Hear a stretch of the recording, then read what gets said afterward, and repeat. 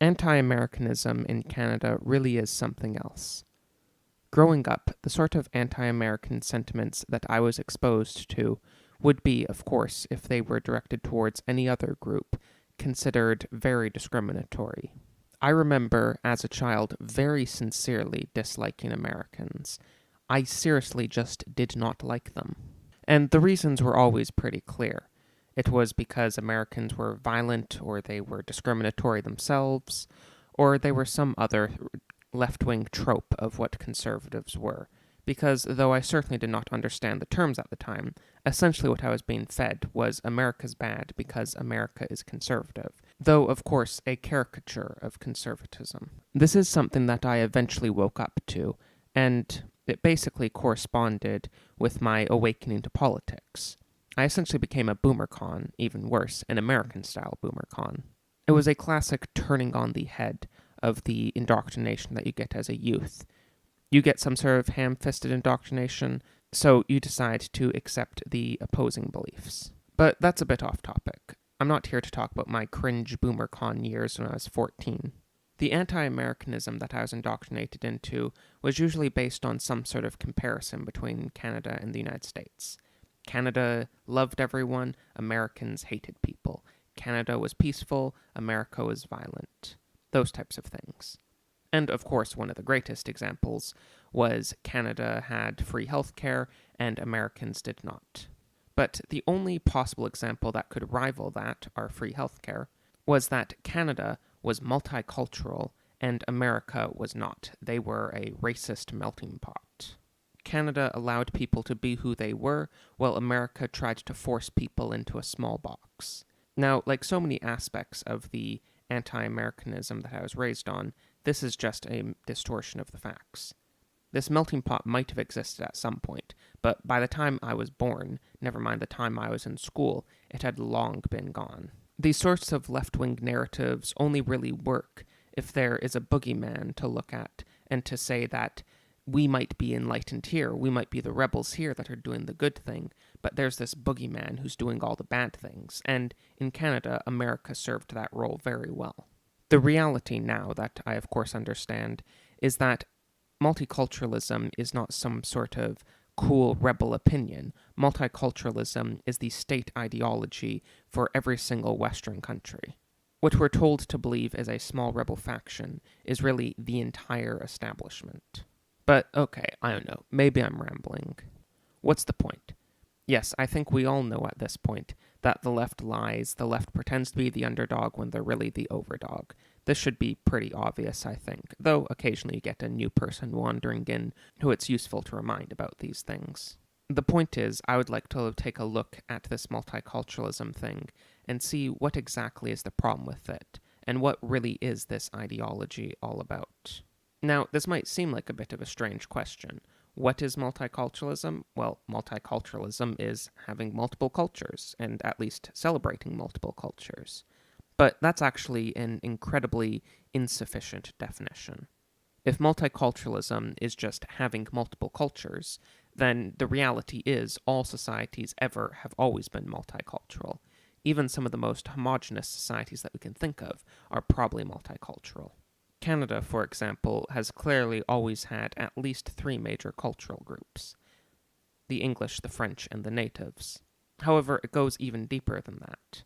You can just look at, for example, the old Canadian red ensign, the old national flag, and you'll see that it has 4 different national symbols on it: the symbol of the French, the Scottish, the English, and the Irish. All of those ethnic groups certainly contributed to Canada in very meaningful ways. And though in the past, at least, you certainly could speak of a broad Anglo-Canadian culture, there still were clear ethnic divides within those 3 different Anglo groups. And you also could not say that Anglo-Canadian culture was identical in each of the 10 provinces. Whether it's Quebec, Ontario, British Columbia, Alberta, the Anglo populations in all of those provinces clearly had distinct cultures to some extent or another. Again, even if you could probably talk about a broad overarching Anglo-Canadian culture. And, of course, you find even more division if you go to the third of the 3 main groups that I mentioned earlier, that is, the natives. Because there clearly is no one single homogeneous group called the natives. There are just many different tribes with many different histories. Not only are the natives in, say, Ontario compared to, say, Alberta different, but even the natives within one province are different from each other and have different histories. Now, you could just say that Canada is a particularly extreme example of this, and that it has a lot more internal cultures than other places. And that might be true, but you can still see the same thing repeated in most, if not all, other countries. For example, if you look at Germany, clearly the culture in Brandenburg is not the same as the culture in Bavaria. Both of these places developed as separate states, and they had very different histories from each other, and they to this day have divergent cultures. But, okay, I don't know, that's all really rambly. What's my point with all that? My point with all that is leftists will very commonly assert that all nations are actually multicultural, that England has always been multicultural, France has always been multicultural, Germany has always been multicultural. All these nations, they've always actually been multicultural if you really think about it. Because you can do that same thing that I just did. You can go through all these countries, and you can find that there are quite clear different cultural groups that have existed within one nation.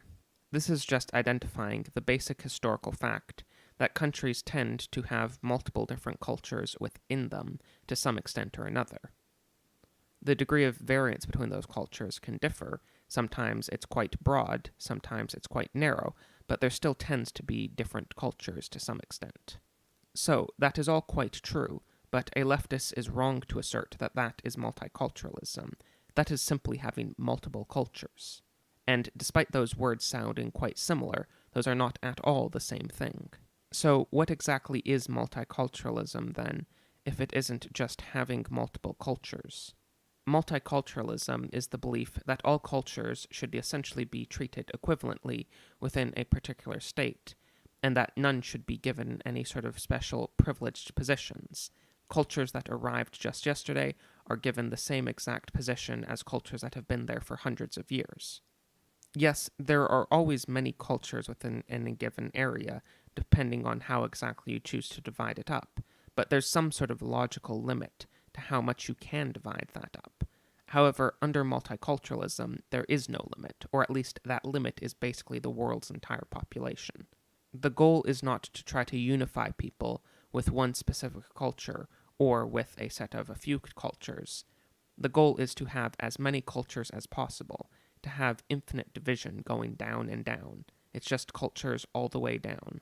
The real result is, of course, the destruction of authentic cultures, that is, things that actually have taken centuries, if not thousands of years to build up, and the replacement with artificial corporate cultures. Because as the old Incredibles line goes, when everyone has a culture, no one does. The whole system, the whole ideology, is of course, on the face of it, absurd. Going from the obvious basic statement of fact that people in North Germany do not have identical culture and practices to people in South Germany, going from that basic statement to saying that then that means that introducing Han Chinese culture is basically the same difference, is just absurd. There's no reason anyone should possibly take such an assertion with any degree of seriousness. Like so many things from the left, this is just a cheap ploy, a cheap trick of a little bit of language. They are just obscuring what is obvious. Of course, the even greater irony is that if you actually value the different cultures throughout the world, allowing them to develop by themselves is precisely how you have multiculturalism, or at least how you have multiple cultures throughout the world. Thanks for watching. If you enjoy this content, please donate to my Subscribestar or Patreon. And please make sure to like, comment, subscribe, hit the bell, and share these videos with anyone who you think might find them interesting. And a special thanks to my donors, Emmett Vestry, Lita, Seth Apex, King of Evil Florida and the Moon, Josiah, Adzutko, Haxorius, Quo Pregranator, and Charismatic Byzantine. Thank you everyone for watching, and goodbye.